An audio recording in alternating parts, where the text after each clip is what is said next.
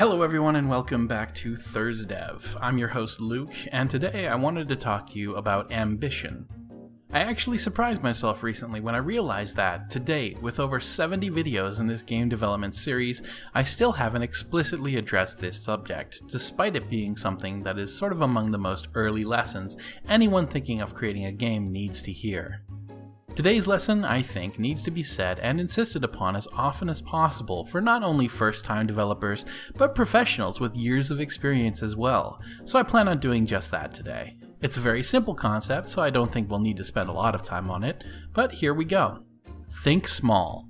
Think slim. Rein in your ambition. Minimize your scope.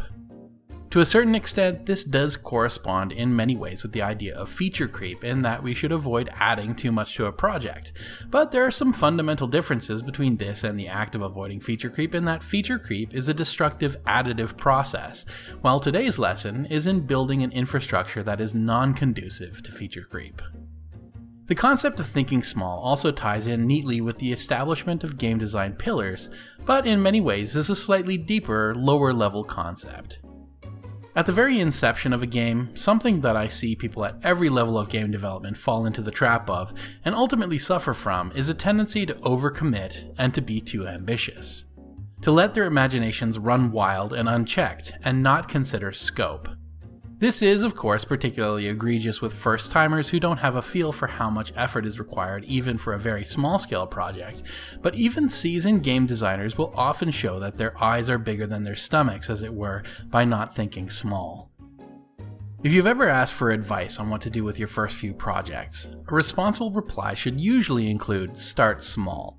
If it doesn't, honestly, it should, because even for reasonably large-sized studios, one or two features can take a couple of months to even years to fully realize, and it's far better for you to have a solid, clean idea of exactly what your game is meant to do perfectly, while discarding unnecessary extra fluff, instead of having a grand vision of something with so much content that nobody will be able to even parse what to do in your game.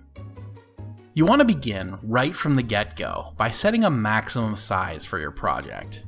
What that size should be is up to you, but I like to say ideally one core concept, maybe two, that'll become the cornerstone upon which you will build your pillars.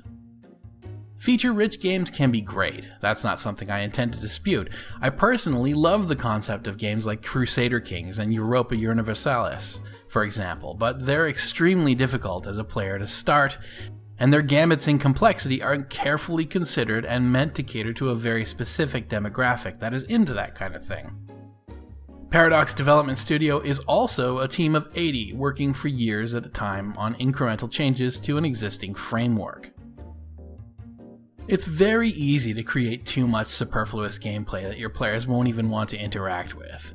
Games like Crusader Kings have a ridiculously daunting learning curve that makes it unpalatable for all but the most dedicated. These games can be fantastic and rewarding experiences. I myself love games like this, but I also play Dwarf Fortress for fun.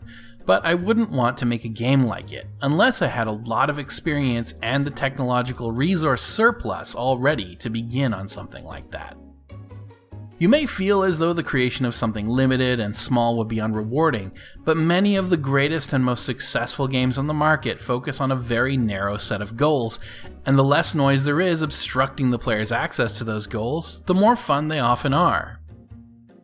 Now note that when I say goals, I do mean achieved gameplay experiences, developer goals, not milestones your players attempt to achieve, which are player goals. It's common when considering a single mechanic game to envision something like Angry Birds, which is at its core simple slingshot mechanics and nearly nothing else, or match 3 puzzles like Candy Crush, but I'm talking about games of all sizes. Mario platforms, Mega Man platforms and shoots and uses weird guns. King Graham advances a story with inventory puzzles, and the many soldiers in Call of Duty advance a plot through the application of violence with different guns. All of these games are elegant because of their simplicity, and are market leaders because they achieve their goals completely without getting in their own way. Even an on-the-surface complex game like SimCity is ultimately a game of placing zones on a map and tweaking gauges up and down. The effects of those buildings are generally speaking just pushing a number of gauges in one direction or the other, and the player is tasked with creating a perfect equilibrium while pushing toward their own player goal. You're far better off as a game developer making something that is a slim experience, that does one thing perfectly, than 10 things imperfectly. If you want to release a game that's truly great, it's far easier to perfectly polish one or two finite mechanics than it is to polish many, and if you want to release a game when it's done, this is how you do it. I know that the siren song of the dream game is hard to ignore. Everyone that makes games has a vision of their perfect, complex, vast game, but work up to it. Not only will the creation of smaller, more compact projects get you in the habit of shipping your games, but it'll also help you to build a library of things that you can further use in later projects. Incremental improvements and layers of complexity. And the benefit can also be financial, as shipping means profits, means funds that will help you to eventually get to the point where you can make that dream project. If you're lucky. But that's all I feel that I need to say at the very moment on this topic. It's not an overly complicated one, but it's worth repeating from time to time, so I hope that you'll excuse the thematic overlap with some earlier videos.